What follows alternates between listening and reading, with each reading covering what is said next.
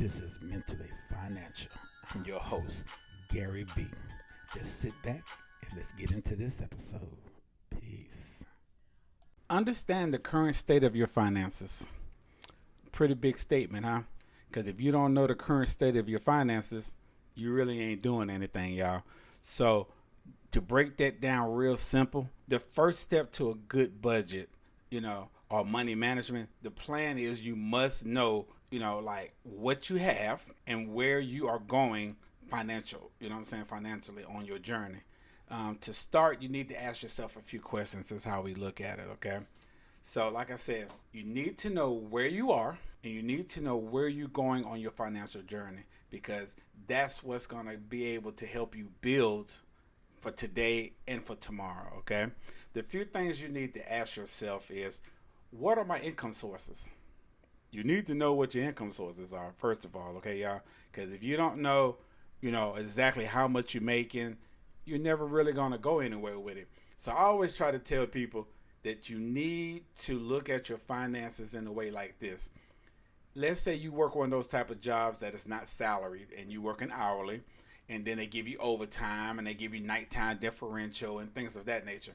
I always say, budget your money based off the first number, that contractual number that they say, hey, we're paying you $18 an hour. Base it off of that. Don't base it off of the differential. Don't base it off of the overtime. And the reason why I say don't base it off of those things, because if you start living that overtime money, that differential money, and then they take the overtime from you, or they move you to another shift, now you've been living way up high, and now they done moved you back down low again. So now you don't know what to do. Now, if you're taking that money and putting it to the side for your savings, emergencies, and things like that, great then, no big deal. But some people live and base their life off of the money they're making, you know what I'm saying, the whole total amount. So don't put yourself in that type of a bind, okay, y'all? Number 2, how much money do you receive each month? Now, what that means is, you got your salary coming.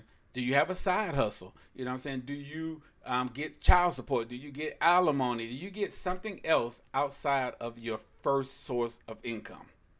You need to know that also, okay? Because remember, the more you know, the better you can put a budget together, y'all. That's all that means. Then, is my income stable or is it sporadic? That's what I meant by that. Now, some people work 32 hours a week. Some work less than 32. Some work 40 hours a week. Some work more than 40 hours a week. I always say base your life at 40 hours a week. Now, but if that's not a constant everyday thing, then you have to, I would say, base it at the lowest end, because at least the lowest end, you'll never live beyond your means if you keep it at that low level, okay? So don't hurt yourself. Leave it at that low level. Work with it. See what you can do when it comes to that, okay? Now, if it's sporadic and you just working here and there, you need to get something better that you can always control a little bit better, okay? Because we can never control what our bosses are going to do to us. But at the same time, try to control it the best you can.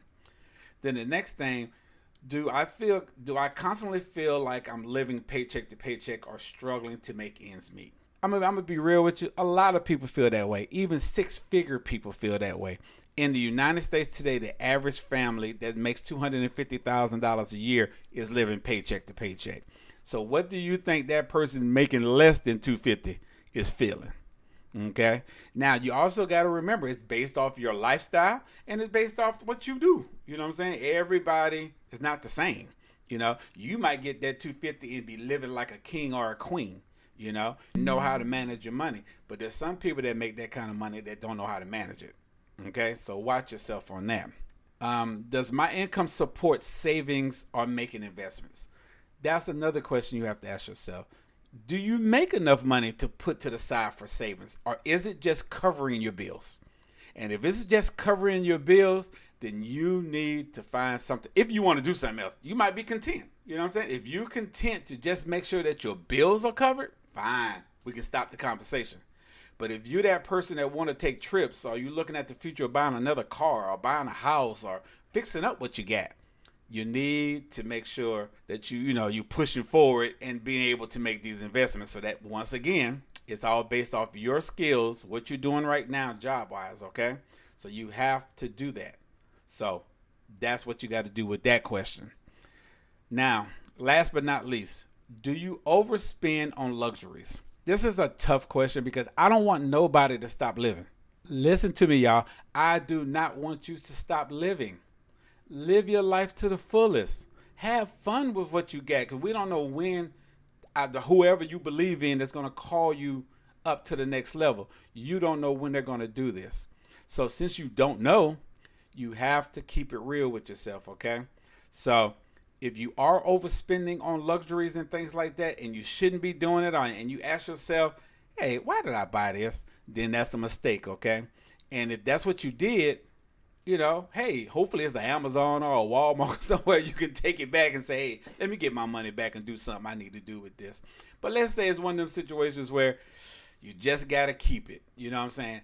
If you think that you can make some money off of it, perfect. Or if you think you can sell it to somebody and get that money back, do it. Because sometimes we do overspend too much, y'all, on the things we think we need, but we really don't need, okay? Now, having a clear understanding of your current finances situation is how you determine what the next steps are in your life, okay? So that's why you have to understand your current state of finance. Because when you get it right, you will keep it right, all right? This your boy Gary B. This is Money Management in 10 Minutes or Less. I'll see you in the next video. Peace.